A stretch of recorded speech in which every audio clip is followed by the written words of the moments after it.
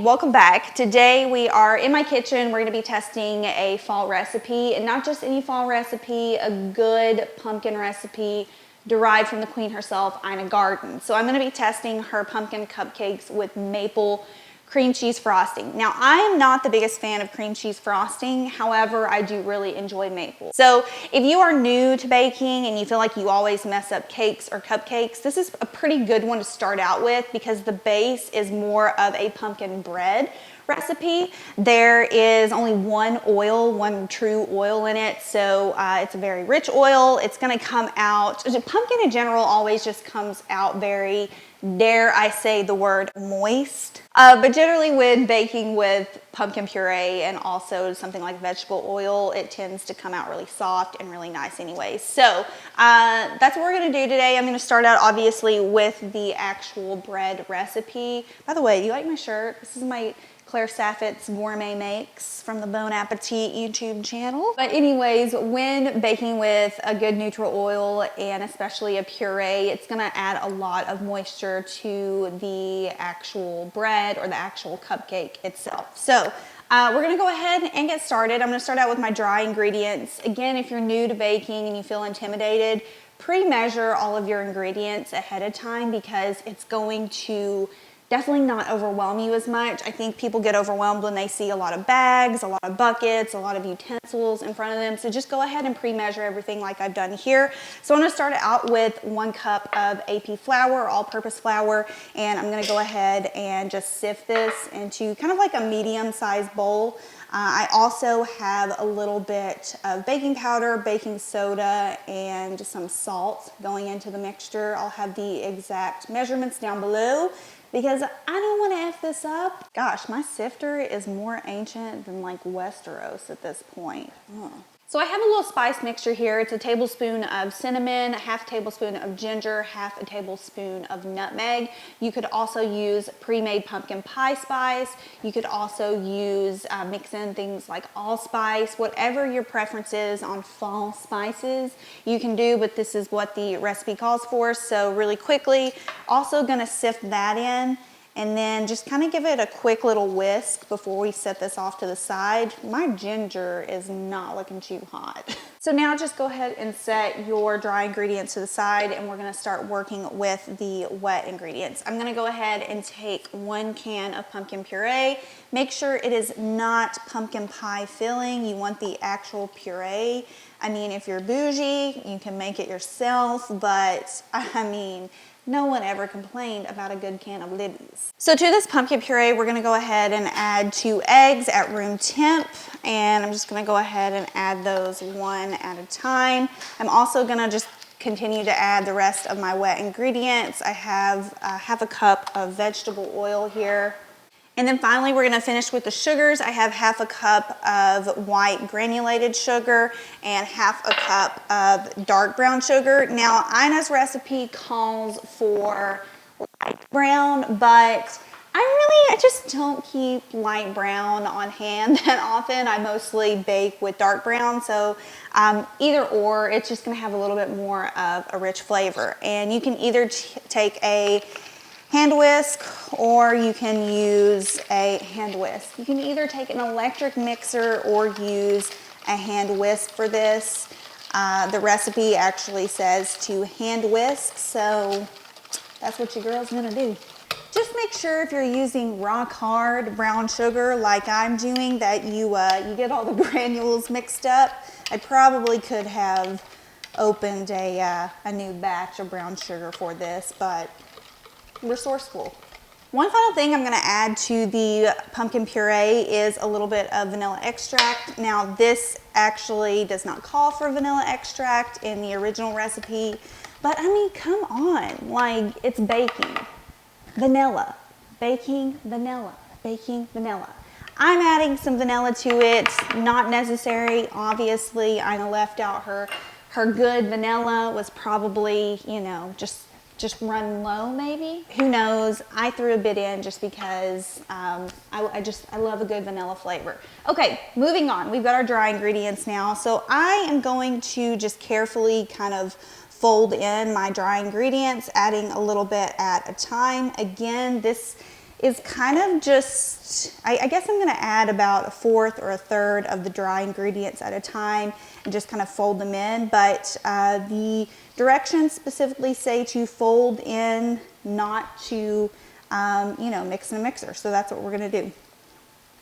So that's it, very basic. Once you have your wet and your dry mixed together, you are ready to bake. I've had my oven preheating at 350, and I'm gonna go ahead and just, this is a ice cream scoop. I know, very professional, but I'm just gonna go ahead and, I don't know, scoop about, we're just gonna have to see. This is a new scooper. I feel like it doesn't matter. Just fill the tins about halfway, 3/4 of the way full. You get what I'm saying. Don't fill them to the top, or else they will run over.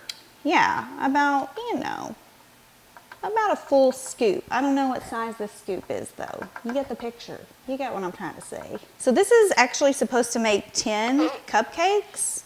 I'm kind of feeling like it's gonna make more though. We'll see. Normally a traditional recipe is for 12. It's probably gonna make about 14.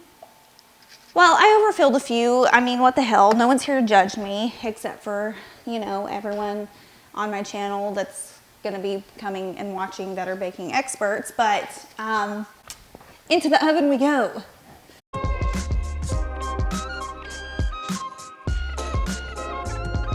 So those are gonna bake for, it says 20 to 25 minutes. I'm just gonna keep an eye on them depending on if you're baking with convection or standard. I'm baking with convection, so they'll probably be done around the 20-minute mark. But just make sure you do not overbake them. We do not want any crusty cupcakes coming our way.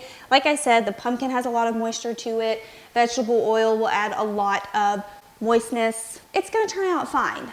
Once those are out of the oven and cooled, we're gonna move on to the maple cream cheese frosting. Go ahead and have a pack of cream cheese and a stick of butter thawing, not thawing, sitting at room temp. You want those to be room temp when you work with them. So just in advance, is gonna be room temp. I don't know what is wrong with me today. I'm wilding out today. All right, so these bad boys have been out of the oven for a good 45 minutes. You wanna make sure that they have completely cooled before we start any type of frosting, or it will melt on top, obviously. I did give one a little taste, and it's a pretty standard pumpkin bread recipe. It's not too sweet, but a lot of the sweetness is gonna come from the actual frosting. So for the frosting, I've sifted 2 cups of powdered sugar or confectioner's sugar. I'm gonna set that to the side.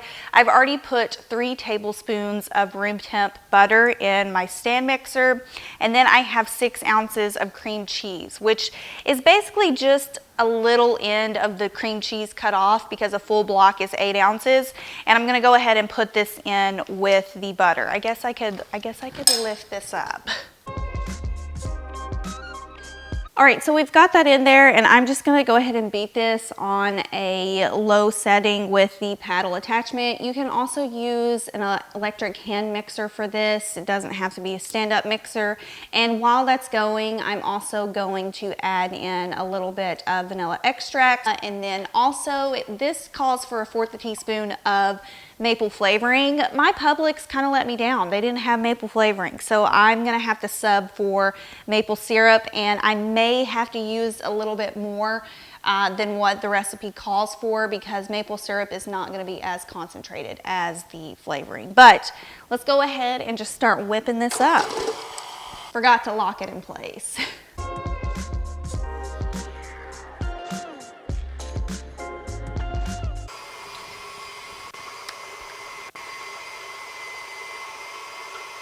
Y'all about to get on my nerves. I think I'm gonna add a little bit more. Okay, and while this is going, I'm gonna go ahead and start slowly incorporating the confectioner's sugar. I know there's an attachment to put this in without it going everywhere, but YOLO. So since I didn't have the actual maple flavoring and I added more syrup, the frosting is a little bit more runny. All I'm gonna do is just gradually add probably about a tablespoon of confectioner's sugar until I'm happy with the consistency. So it's not a big deal. Just add a little bit more confectioner's sugar or powdered sugar and you know, it's fine.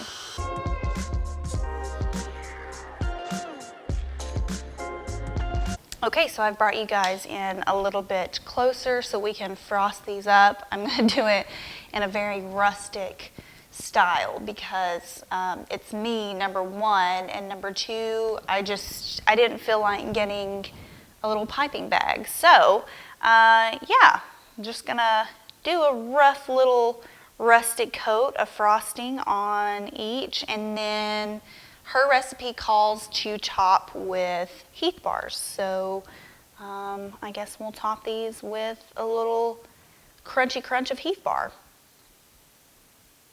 All right, so now that these are nice and rustically frosted, we're going to add some sprinkle of Heath bar over the top of each one, and that's it. Okay, so I think that's it. I haven't tried one yet. I'll include a shot of me trying one, but I need this perfect amount to get some good flat lays, you know. It's all about the aesthetic these days. I'm being kind of serious right now. Kind of serious and kind of not. But I hope you enjoyed. Let me know if there's a recipe you want me to attempt at home in the kitchen, and I will see you guys in the next one. Bye.